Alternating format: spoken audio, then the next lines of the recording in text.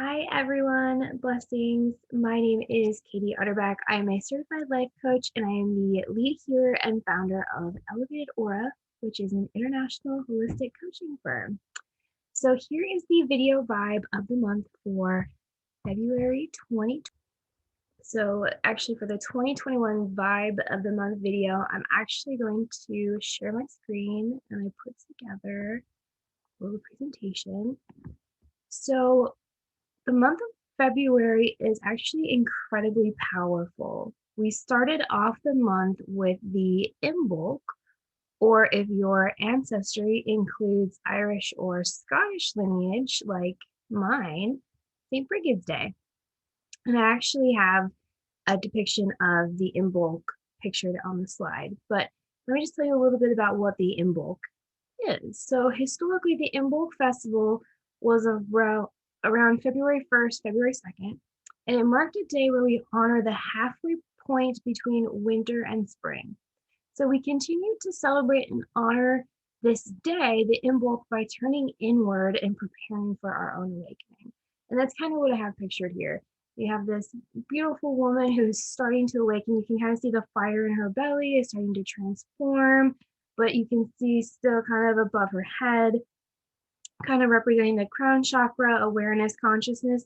It's winter, right? Things are not fully awake, not fully blossomed, not fully birthed, but it's on its way. That's kind of the next step. So sometimes people interpret this kind of in between, this preparation for spring, this awakening, as a sign or a signal that this is time to start spring cleaning. So yes, you're on the right track, but it's about so much more than just cleaning. So with Imbolc, we're not just preparing our physical environment for the new season, we're also preparing for the new energy. We're preparing our finances, we're preparing our bodies, we're also preparing for the awakening of our minds and consciousness, for all of the blessings that we're going to receive this year, and then also all of the lessons. Now, earlier this week, I attended a workshop where I had the energy of the new year explained to me in the most beautiful way. And I actually want to share that with you because it resonated with me in a way that I really have never had experienced on the topic of energy before. So I want you to think about the infinity symbol, and I have one on my screen. So if you're not familiar with the infinity symbol, this is it. You can kind of picture the number 8 and imagine our friend 8 has fallen on her side. So when we begin each new year, we have all of the lessons and the blessings we've learned from every other year that we've had on the planet.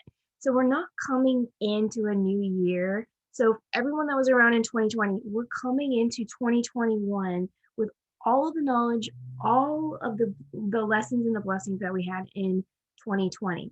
So starting on the left-hand side of the infinity symbol, we start with January. So kind of around here, if you can see my cursor. So in the month of January, it's very much all about rest. We're resting our minds, we're resting our bodies, we're resting our souls.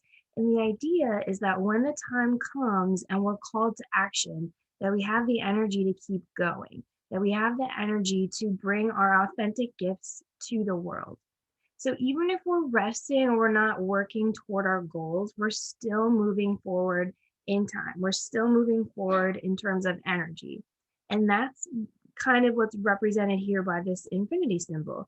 It's that constant flow of energy. It ebbs and it flows.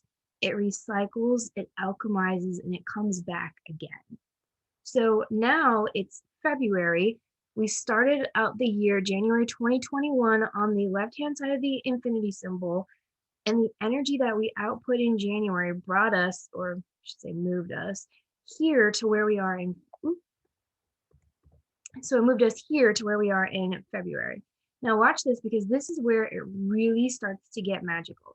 So the energy that we output in February is going to actually swing back around on the infinity symbol, and it's going to loop back to the left side of the infinity symbol by March.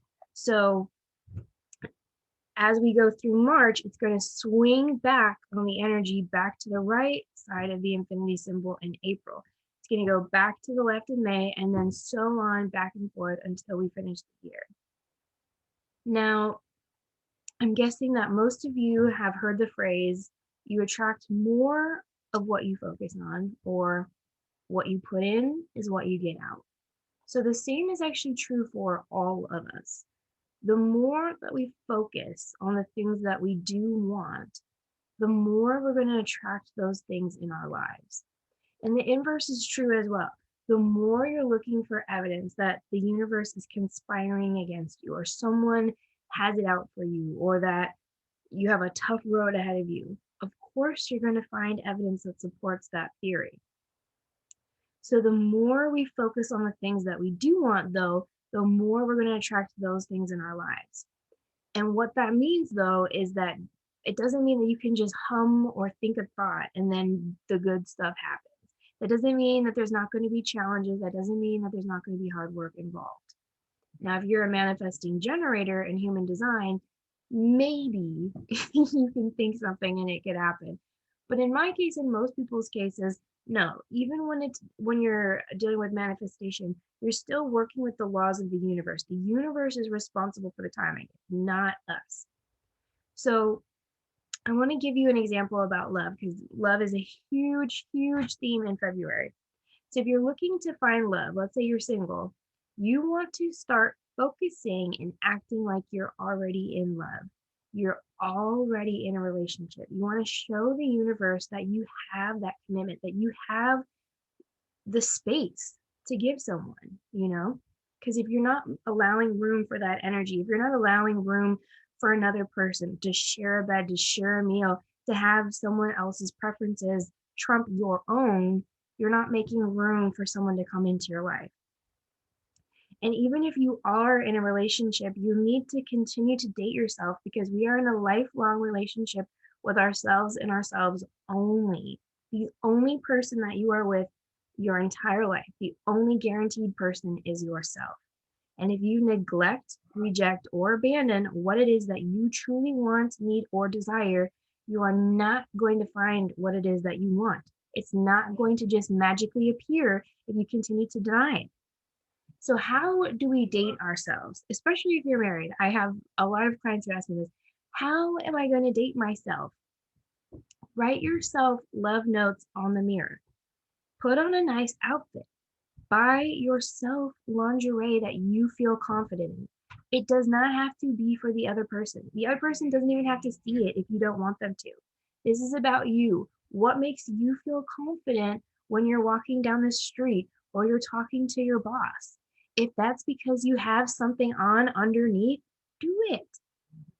You can also do other things too, like make a playlist of songs that make you feel alive and happy and dance to those songs.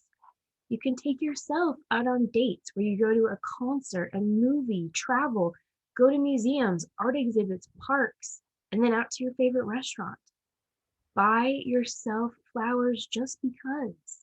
Learn how to invest in the stock market, write a book, do what it is you always wanted to do, to learn, to explore, to experience. The biggest mistake that most people make is waiting for their person so that they can go ahead and then do whatever it is that they've been wanting to do. They're looking for that safety, that security, that external validation from someone else that tells us that what we're interested in, what we want to do is okay. But that's where we can get into trouble, by not being authentic to ourselves. So going back to the dating example, if we don't love ourselves, we are afraid to be alone, or maybe we feel shame about being single. If you're in this state of mind, how likely is it that you're going to agree to date someone that you would maybe otherwise never agree to be in a relationship with? How likely or probable is it that you'll agree to do things that you don't want to do? Not just sexually, but emotionally, financially, out of fear that the relationship will end if we hold firm boundaries. There's a lot of examples given about what the guy does wrong in a relationship, right? But what about women? What if she expects, like these designer handbags or designer jewelry and you can't afford it? What if she demands a $50,000 engagement ring and you can't afford it? Is that the kind of partnership, relationship you are looking for? Someone who does not take your finances, your financial health into account. You have to decide that for yourself. I cannot tell you. But sometimes it's not until we get what we want that we realize it's not for us after all, right? And I've been watching 90 Day Fiance. Well, I should say I've been watching more like highlight clips of like the funny moments from it. And I think that's a clear example, right? Sometimes these guys think, hey, I really want this young, attractive girlfriend. I don't care if she's very materialistic or only wants my money. But then they get in the relationship and they see how there's no love there, and this person is treating them basically like an ATM. And then they start talking to a divorce attorney. So it's not that we get what we want and then we realize that it wasn't for us immediately, right? Sometimes there's a lesson involved, and that is perfectly okay.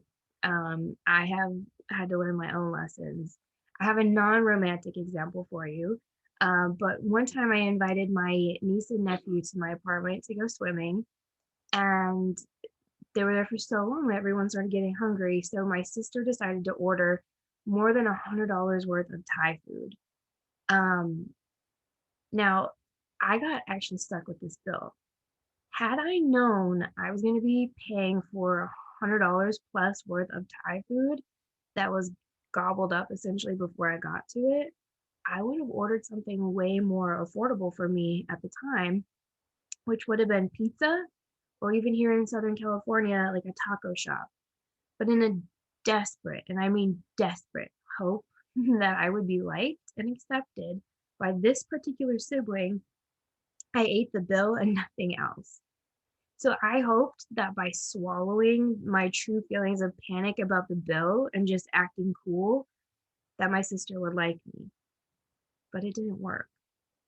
So how do we get what we want? How do we start showing up as our true, authentic selves?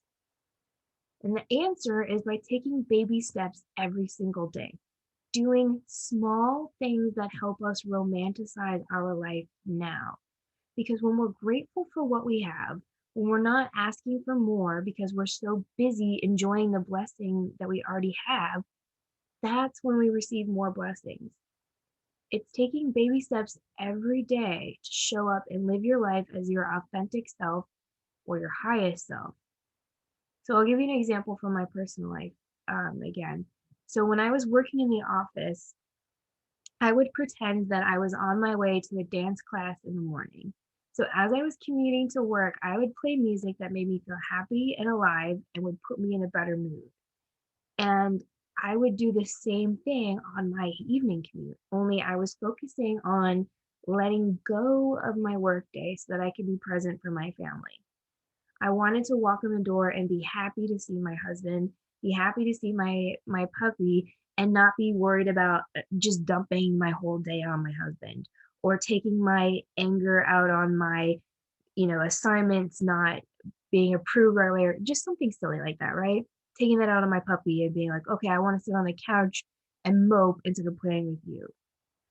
So I tried to flip that by basically talking to myself in the car about everything I was frustrated with, everything that I needed to say. And once I got it out, I was okay. I was good. So another way to do that would be journaling, right? Just getting it out of your head onto paper. And as some of you may know, I was the black sheep scapegoat in my family of origin.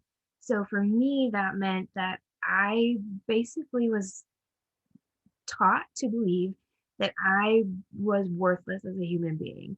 I didn't think that my feelings mattered because that's not how other people treated me. And I was told that in order to be happy, in order to feel good about myself, I couldn't spend time working on myself. I had to invest in other people. And so I carried this energy that I like working on myself was less important to me than other people. I carried that energy out into the world And I taught people that it was okay to treat me as less than because I allowed it, right? Now, this was really painful for me to hear, but the more I thought about it, I agreed. Now, reluctantly, but I agreed. And so, because I accepted it, I was compassionate with myself and how I was showing up. I realized why I was doing it. And then I started working on how do I want to show up? The version of me that is my ideal self, how would she handle that situation? I started taking baby steps to show up as her. So now I show up completely differently in my life. And oftentimes people think that that means that I went from showing up as very meek and very weak to showing up as a very aggressive, angry person.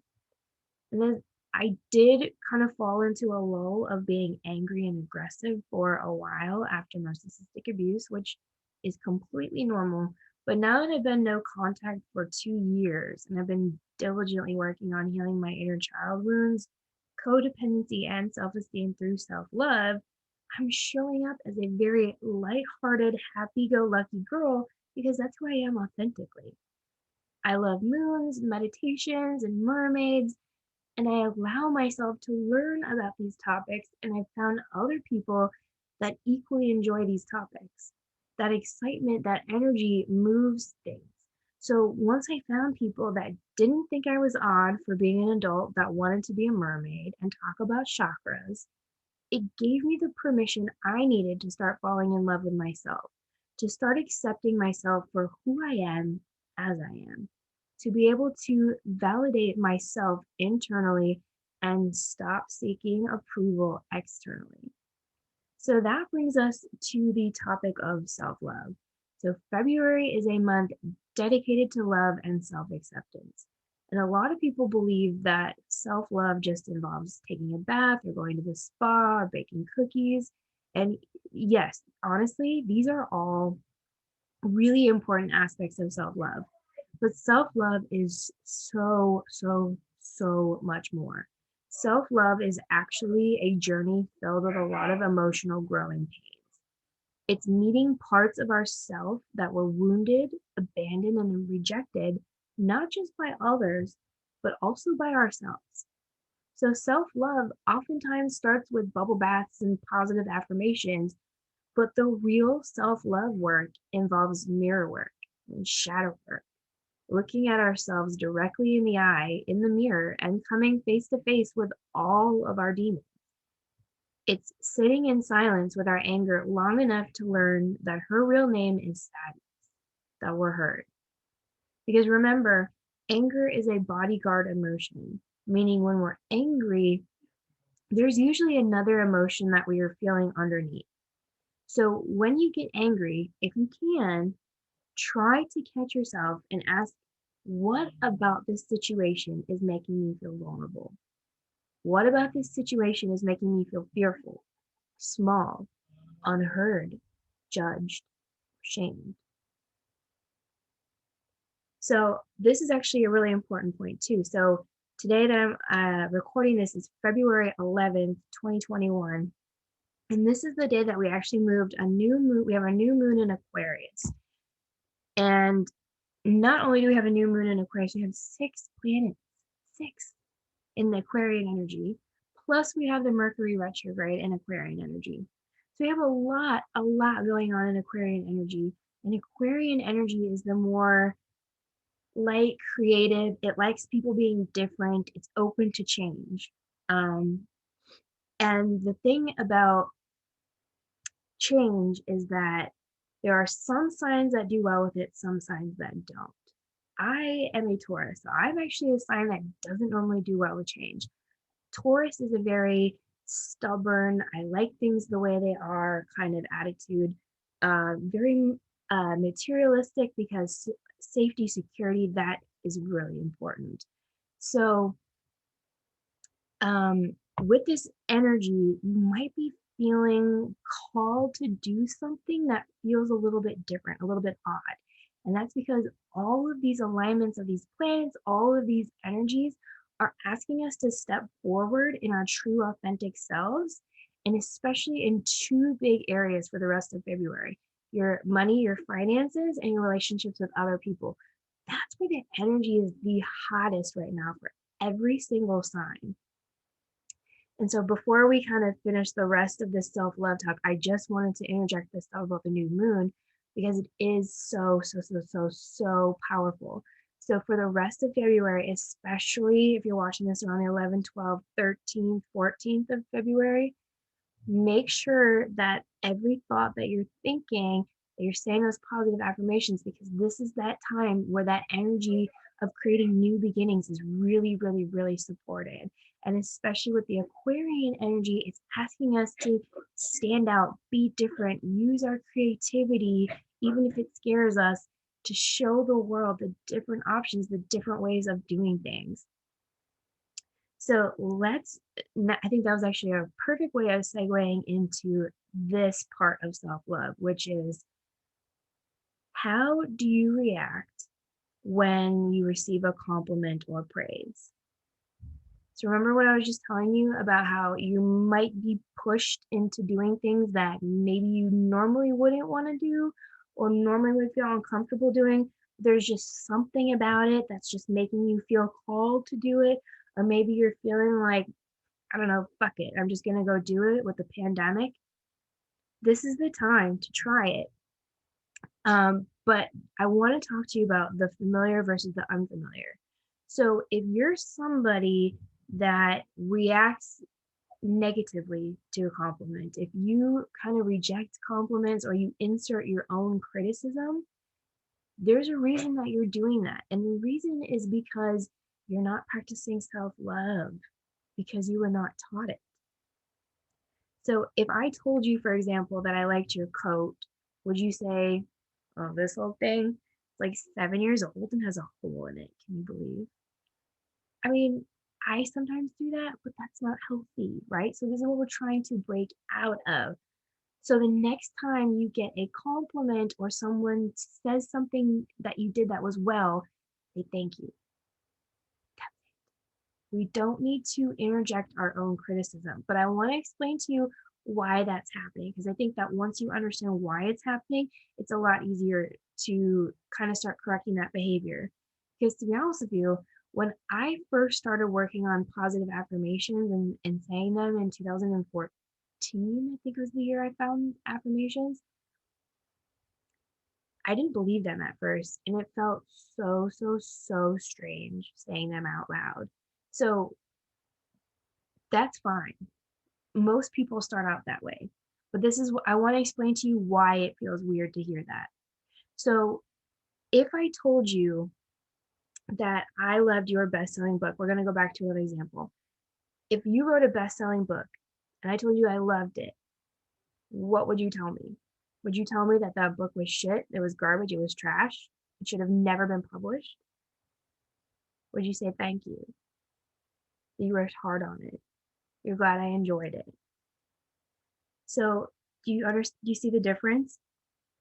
So when you're raised in an environment where you're not complimented, you're not praised, you're not celebrated for who you are, you become unfamiliar with praise. You become unfamiliar with compliments.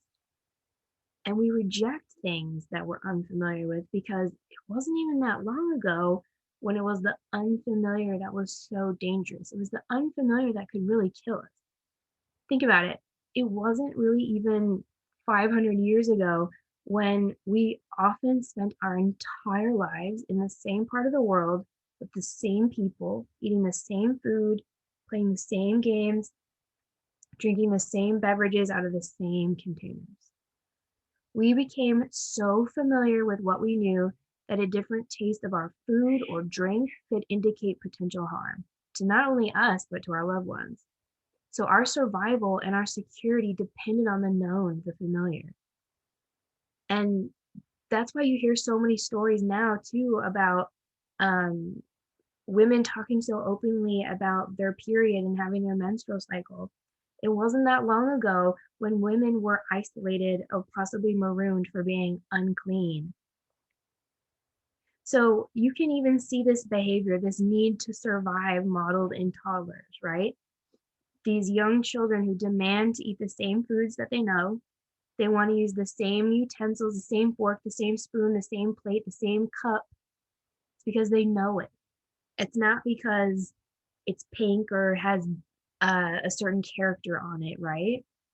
That might be part of it, but the biggest part of it is that it's familiar. The child knows what it is. The child knows that they're okay if they have it, so they want to use that again. We have to remember that for a children, like young animals, like my puppy, they don't know what everything is. They haven't experienced it yet. So when you're around a child, try to start viewing the world through their lens. Don't force your lens on the child, right? So if you didn't have love, praise, or success or money as a kid, you're going to reject it when you first get it because it's unfamiliar. Just like a kid is going to reject a food the first time that they have it. That's why sometimes, like, my husband and I laugh, like, I didn't really like Brussels sprouts or like all these vegetables as a kid. Well, maybe it was because it was unfamiliar. We tried it like once and then we were like, no, we're done with this. But then as adults, we're like, hey, start exploring again, try out new things. Our taste buds have also changed, and now it's become familiar. Sometimes we have it 3 times a week. And that's kind of the point in all of this, is that you can make what you want familiar.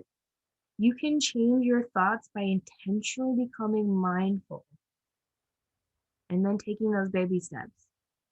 Because think about the first time that you had your heart broken. I think this is an easy example because most of us have, right? The first time that you were dumped or a crush didn't like you back, right? You may have been feeling absolutely gutted the first time that that happened. Maybe you didn't think that you were going to survive. Maybe it hurt so bad, that deep pain, that you didn't think that you were going to make it. But most of us do. And most of us look back at some of those crushes, those relationships, and think, oh my God, can you imagine if I was with that person? Like it's almost humorous that we thought that this was our person, right? And it's because we've grown. We've become unfamiliar with that version of us, with that person. We've matured, we've experienced life, and now we've become familiar with a new version of us.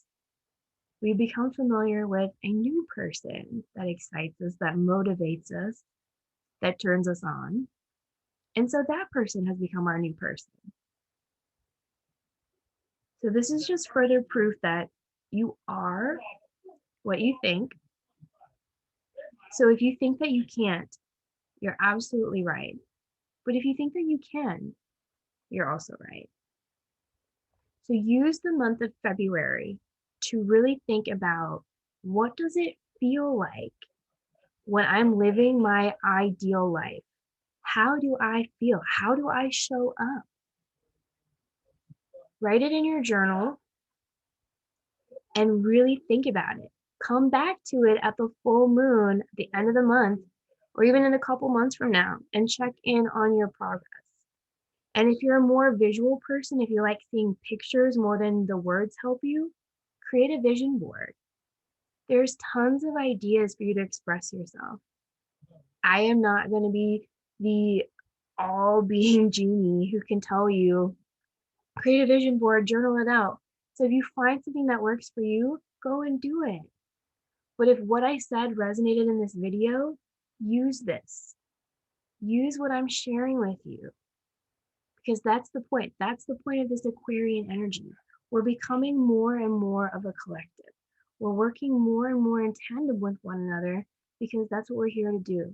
We're here to remember that we are all a team. We're all on the same team. We're all part of the same earth. We're all part of the same celestial galaxy family. We're here to remember who we are, that all of us are different intentionally. And that's not just okay, that's beautiful. So I want to thank you all so much for spending this time with me. If any of this resonated with you, let me know in the comments below. And if you are interested in one-on-one coaching with me, I have a few slots open. You can apply for a slot to work one-on-one with me by going to elevatedaura.com and schedule a free 30-minute session with me. We can just kind of see if we'll work well with one another. I also have started a Patreon page if anybody is looking for a more affordable option to work with me. So you can go to my Patreon page under Elevated Aura, and I will see you online. You can also connect with me on Instagram.